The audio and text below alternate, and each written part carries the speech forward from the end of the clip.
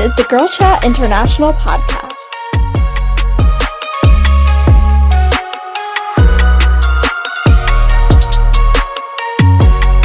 Welcome to the Girl Chat International podcast, where we talk about modern day topics and aim to cultivate a safe and empowered community across the globe. My name's Hershin and my co-host Aubrey. Hello. Hello. All right, so now we're going to ask our questions so that you all, our listeners, can get to know us a little bit better. So, if you were guaranteed the answer to one question, what would you ask? I would definitely ask, when will the Girl Chat International podcast blow up? When will we reach? I mean, we're already reaching people around the world, right? And I'm very grateful for all of y'all listening out there in Germany, the Netherlands, Japan, in all those countries. But like, what we talk here is really important, and we are really authentic, and we're trying our best to create a global community. So I really just want to know, when will we reach that stage in our life where we would connect with all of y'all. Absolutely. Great. And actually, that just gave me an idea. We should shout those countries out that we have so far, even though by the time this episode releases, there's probably going to be more, but it's okay. But shout out. Let's manifest. To Japan, Germany, Finland, New Zealand, Canada, the United Kingdom, the Netherlands, Australia, Singapore, Malaysia, and the United States. We are really happy to have you all. Woo! Yeah. We're all over the globe. It's amazing, and I love it. And now we're waiting, where's our South America gang? Where's our Africa gang? Come on. Our India, Pakistan gang, our China gang, Hong Kong. What's your answer to the question? Okay, so my answer to the question of, if you were guaranteed the answer to one question, what would you ask? I don't think this will be a surprise to anyone if you've been listening to the podcast, or if you're a friend of mine, you know that I am looking for a husband.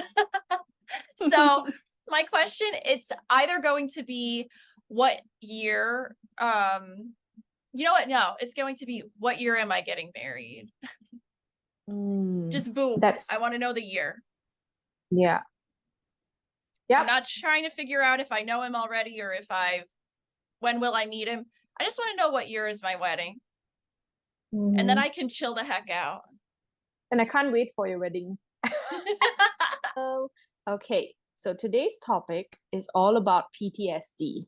And we have our very own Dr. Aubrey Daniels, our resident doctor, my co-host. She's going to be educating us on PTSD. So I want you all to listen up, to get your notes out and jot it down if you need to. So here it goes. What I'm going to talk about today is post-traumatic stress disorder.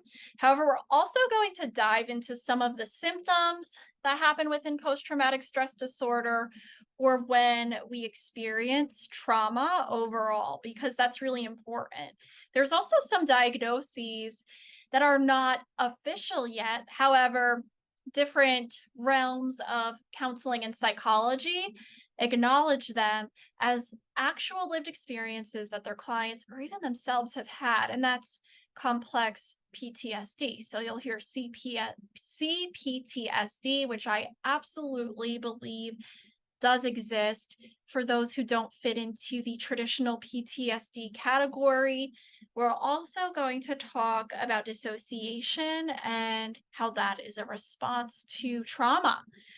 As a trauma researcher, to give you a little bit of my background, I've worked in a variety of mental health settings, whether it was with severe mental health concerns, where individuals really struggled with suicidality or hallucinations, so hearing, seeing things, for example, intense paranoia and feeling unsafe.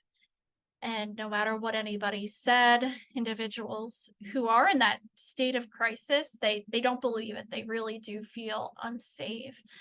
And then I've also worked with individuals who experienced these major traumas in their life, where it was a one-time event that then led to the hallmark PTSD symptoms. But also I've worked with families, couples, and individuals of all ages where they were in a chronic complex trauma. Think of it as a Groundhog Day type of situation. So every day, one of many traumas was occurring. They were experiencing multiple traumas each day. So for example, an individual, they might be in a household, a family setting where there's drug addiction going on, community violence, as well as intimate partner violence in the home. So every day, one or all three of those traumas are being experienced. And that can really dysregulate one's nervous system. And make sure to listen to our episode on family trauma at some point if you haven't already, because we do dive into the neurobiology.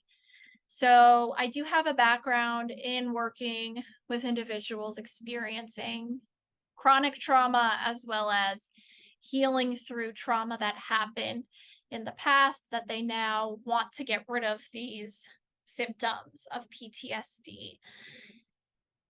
Also, my research is focused in trauma. I am an assistant professor of counseling.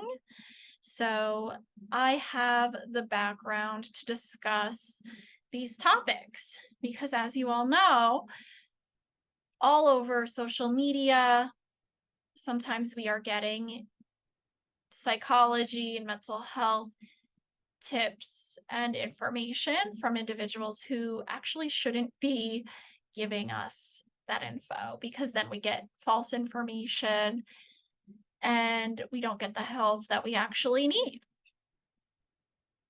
So first we'll start with post-traumatic stress disorder. And currently, the way everything is set up, PTSD can only be diagnosed for those who have experienced one or more traumatic stressor. And in the manual that mental health clinicians use to deem what a traumatic stressor is, it is any event or multiple events that may cause or threaten death, serious injury, or sexual violence to an individual, a close family member, or a close friend. So that's very broad, of course. So if you're Googling and you see that, you might not know if what you experienced is considered a traumatic stressor. And that's why it's really important to get either coaching or counseling so that you can speak with someone who is equipped to diagnose or validate that what you went through was one of these traumatic stressors. And then with CPTSD, the list is the chronic traumas. So severe mental illness in one's family and the ups and downs that might cause substance abuse in the home, abuse, physical and sexual abuse, yelling, screaming, community violence, poverty, food insecurity, bullying. Those can fit the category of the CPTSD, the complex PTSD. And then with the original post-traumatic stress disorder diagnosis, a lot of the time, the individuals that seek out services for their PTSD, it could be after a car accident, sexual assault, whether that's being violated by someone against their own, consent, saying no and still being violated, attempted rape, completed rapes, actually witnessing someone pass away. These events that happen that lead to symptoms. And these symptoms could be continual memories of this event that happened. So for those of you who might be listening to this and wondering, am I experiencing PTSD? It can be a consistent image of the thing that happening, memories, intrusive thoughts about it, wondering, did that really happen? Or I can't believe this happened. Was that assault? And almost obsessing over it, Googling it, intrusive thoughts all day, every day, not being able to walk away from what happened, because naturally your brain is trying to recover. So there's nothing wrong with you if you are going through these symptoms right now. This is a natural response of the brain when we experience these awful, horrid traumas. I myself, as a mental health provider, I've gone through having PTSD. The experience occurred, and I found myself the next day, oh my goodness, I can't believe that happened. I felt unsafe. I felt jumpy, stressed. I lost some weight. I didn't feel safe. My mind was racing. Was that really what I thought it was? Googling what had happened to me and seeing how did others recover? Having a lot of feelings, a lot of heightened feelings surrounding the event, the experience that I had with the trauma, and the feelings of, this isn't just, this isn't fair, I can't believe this happened to me, this is wrong. And just still, I just couldn't get those thoughts out of my mind. Also, I had flashbacks in the night, so I would have a lot of nightmares, and I would wake up screaming, crying, just extremely terrified, because in my nightmares, it would be that person coming to attack me yet again, not listening to me. And it was horrifying. Other symptoms of PTSD are having physiological responses. So maybe as you are thinking about what happened, your palms could become sweaty, a headache, a stomach ache, feeling very shaky. And then the emotional stress of recollecting what happened, the feelings with it. It can create a feeling of anger, of sadness, of shame that's just very intense, and it's very hard to get rid of it.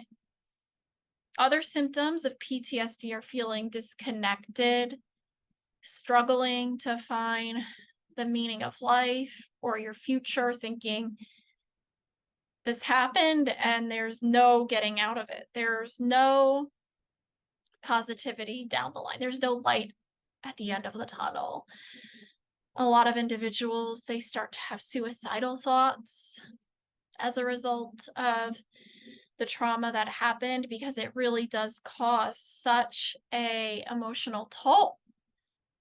People might have trouble sleeping, trouble concentrating, might appear tense, the nightmares, even survivor guilt.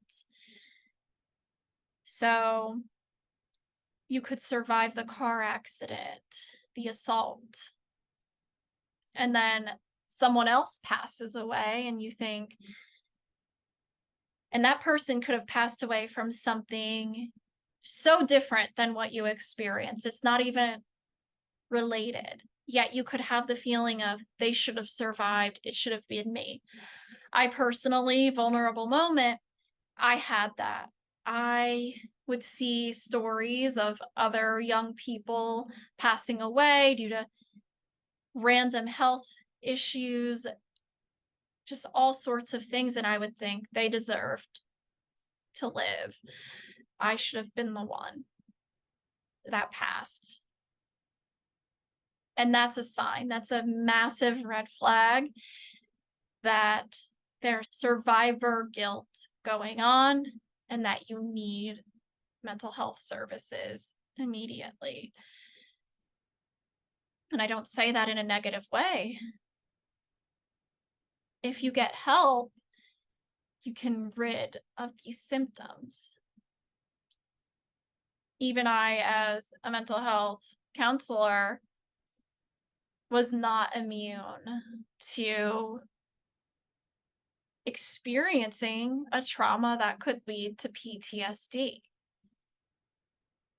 I was actually in my doctoral program when this happened, so I was right near the end. It was a few months away, and this happened.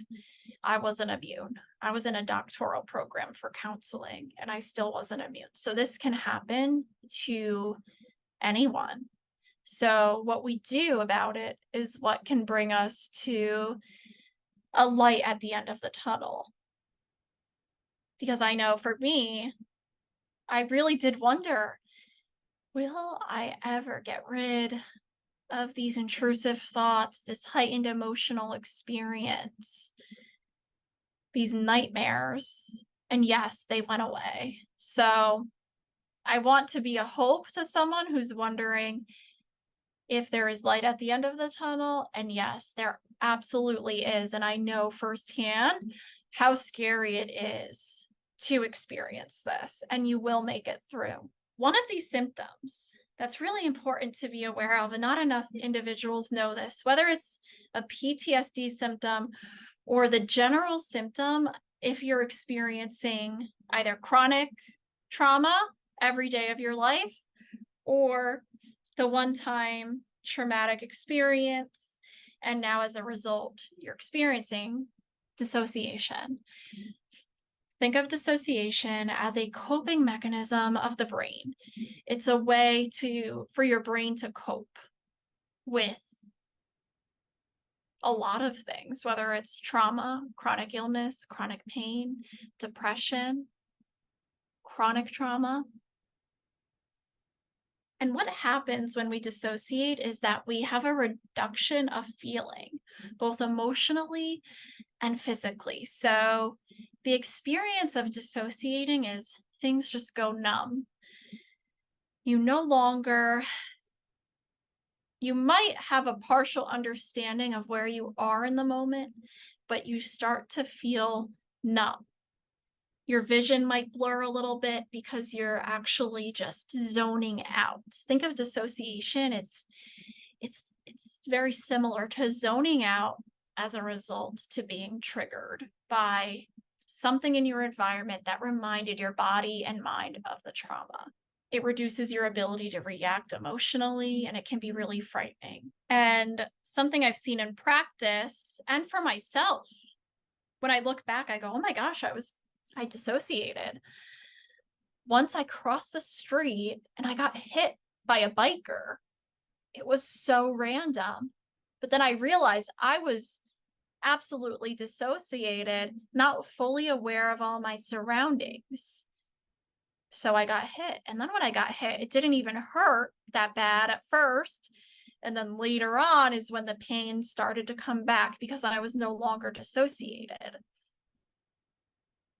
And others might notice when they dissociate, it can be when their family, friends, or loved ones, if you're in a relationship, your partner, they might be yelling or putting you down, and you might just dissociate. You might just shut down. You stop talking. You don't hear everything around you. You can't even recollect what the fight was about. It's because you had dissociated as a way to protect your heart, your mind, your soul, your body. And it can be frightening because the conflict might happen and you'd absolutely had shut down. And then you don't remember half of what was even said. A lot of individuals, when they dissociate, they might have family say, hey, are you all right? it doesn't seem like you're here right now. Or, oh yeah, when our family was fighting, you did shut down, you stopped talking, you were looking off into space. So, other examples of what that might feel like, it could be a dreamlike state. It can feel like deja vu. So a yellow flag, a warning, could be if you always feel as if you're going through deja vu, you could be dissociating a lot. You might notice that certain smells or sounds might bring you right into dissociation because you're linking those smells and those sounds to the trauma. And then some people, they sometimes find that they hear voices inside their head that tell them to do things or to comment on things that they are doing. And that could be a potential side effect of the dissociation. However, it can also be the gateway to another diagnosis, another type of dissociative disorder as a result of either chronic or these one-time traumatic experiences. For counselors or therapists, clinicians, anyone working with people, we are very aware that when we see our clients, they can be dissociating because recollecting different feelings can quickly bring someone into that state. So pay attention when you talk to friends about your stress or your feelings. Do you find yourself getting tired or your vision starting to blur? Are you going into a dreamlike state? That could be a sign that you're experiencing dissociation. And if you already have a diagnosis of PTSD, you are at a heightened risk of having that symptom of dissociation. Some humans, I should say, their first dissociative experience is actually during the trauma that leads to the PTSD. So a lot of individuals, there's a lot of shame and guilt that gets put on people when they survive different traumas. They might be asked, well, why didn't you fight back? Why didn't you run? Well, someone's brain put them into a survival mode where they just dissociated and had to stay there in a dissociated state to get through it emotionally and to survive in some cases, in many cases. So if you're listening and that resonates with you, you experience some form of an assault, and in that moment, all you could do was go numb, lay there, sit there. I just want you to know that it's okay. You should not feel shame and guilt. That was your body responding in the best way it could to protect your brain, to protect your body. And we don't always know how we are going to react to these awful, awful traumas that nobody deserves. You didn't deserve it. And your body was doing the only thing that it knew what to do in a moment that nobody should ever experience. However, a lot of us do experience it. And I'm sorry. I'm sorry that you had to go through that. But like I was saying, there is going to be light at the end of the tunnel. You will get better. So I also want to mention really quickly complex PTSD, also known as CPTSD. This is a unverified yet working up the ranks mental health condition that people experience after any type of chronic, repeated, or prolonged traumas that are nearly impossible to escape from. So this could be childhood abuse, childhood emotional neglect, physical abuse, domestic violence, exposure to war, sustained exposure. So think about the individuals in Ukraine, torture, community violence, bullying, just to name a few. And so what happens for some of us, some humans, when we experience these chronic repeated traumas, is that symptoms very similar, pretty much line by line, that mirror the symptoms of PTSD, they occur, plus the additional difficulties of being able to experience emotions, to communicate one's emotions, having heightened negative thoughts and feelings about oneself, and really struggling to form relationships with others, which makes sense because individuals who experience prolonged trauma day in and day out, especially during childhood, the message there was, I can't trust authority, I can't trust adults, I can't trust other people.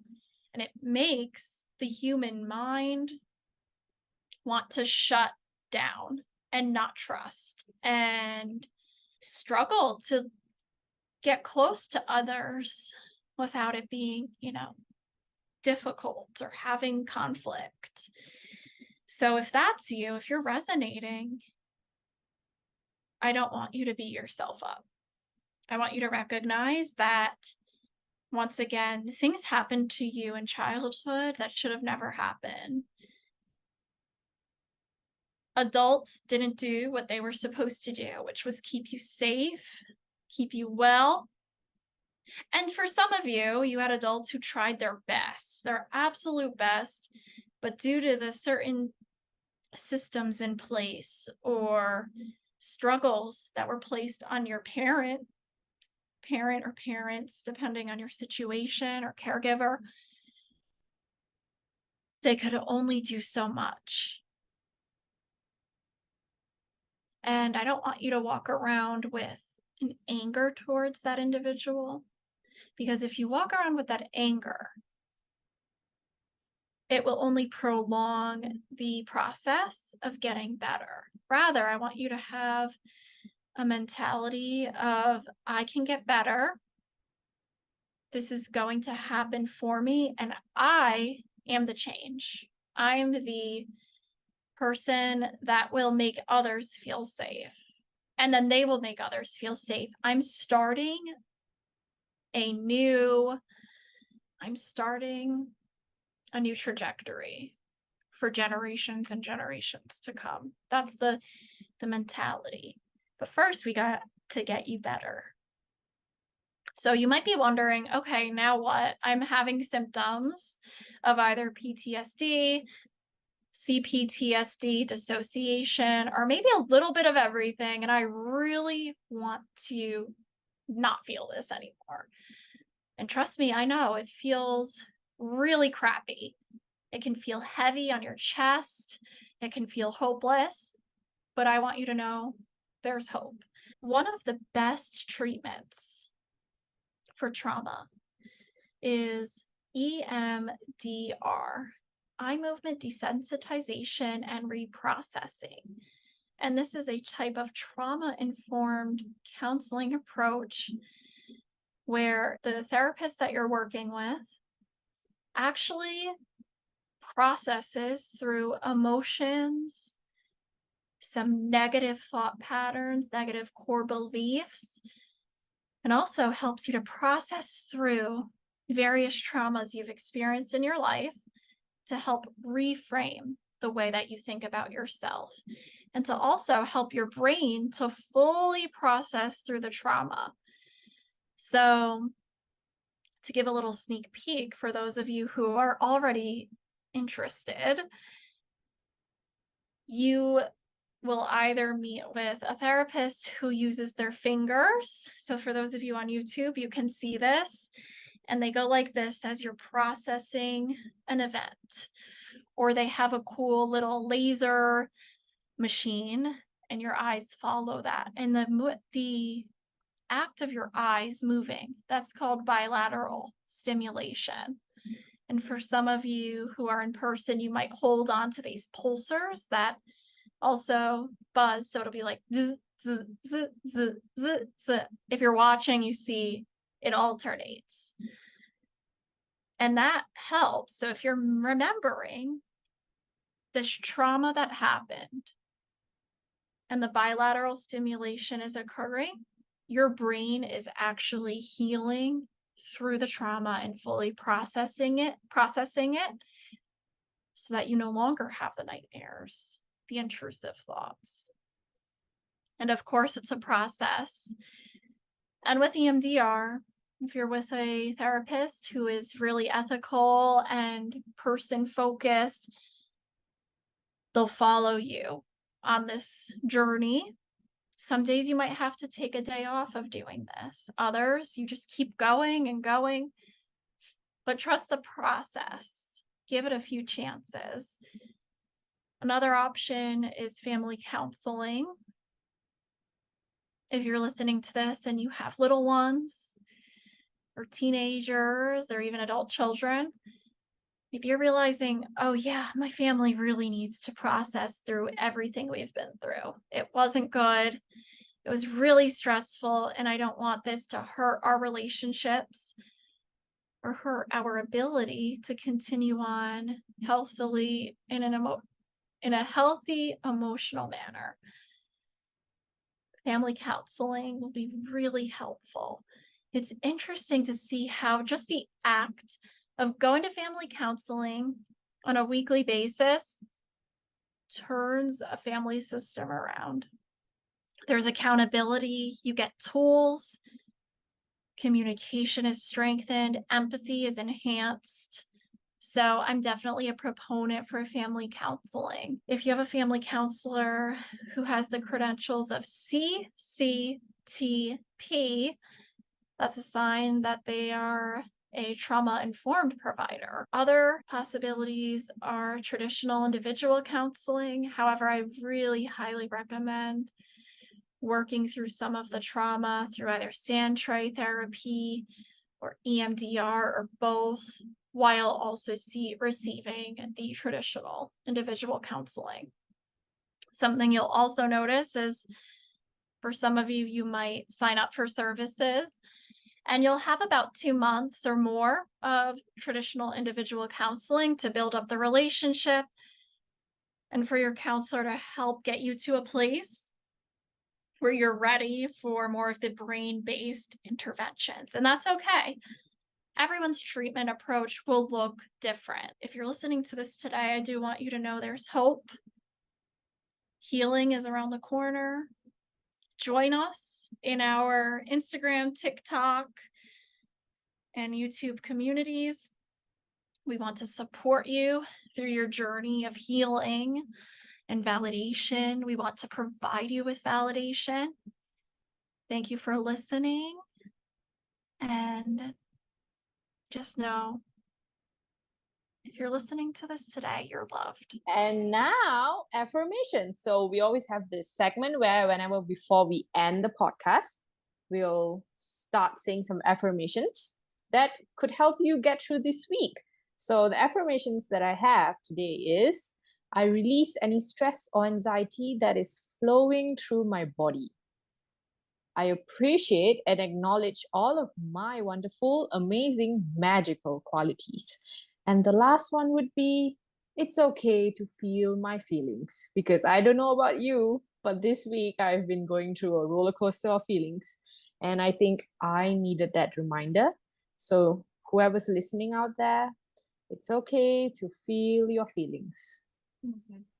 Yeah, that's beautiful. Thank you for that. No problem. With that, we are going to end the podcast for today. We love you, and we hope you have a good rest of your day, night, whatever's going on for you. Hang in there. You're loved. Thank you so much for listening to our podcast. Please make sure to follow us on Instagram at Girl Chat International. That's Girl Chat INTL on Instagram. If you want to follow some of Berchan's content, follow Daisy Girls on a Roll and follow Aubrey's content on truthfully.yours.blog. See you all soon on our next episode.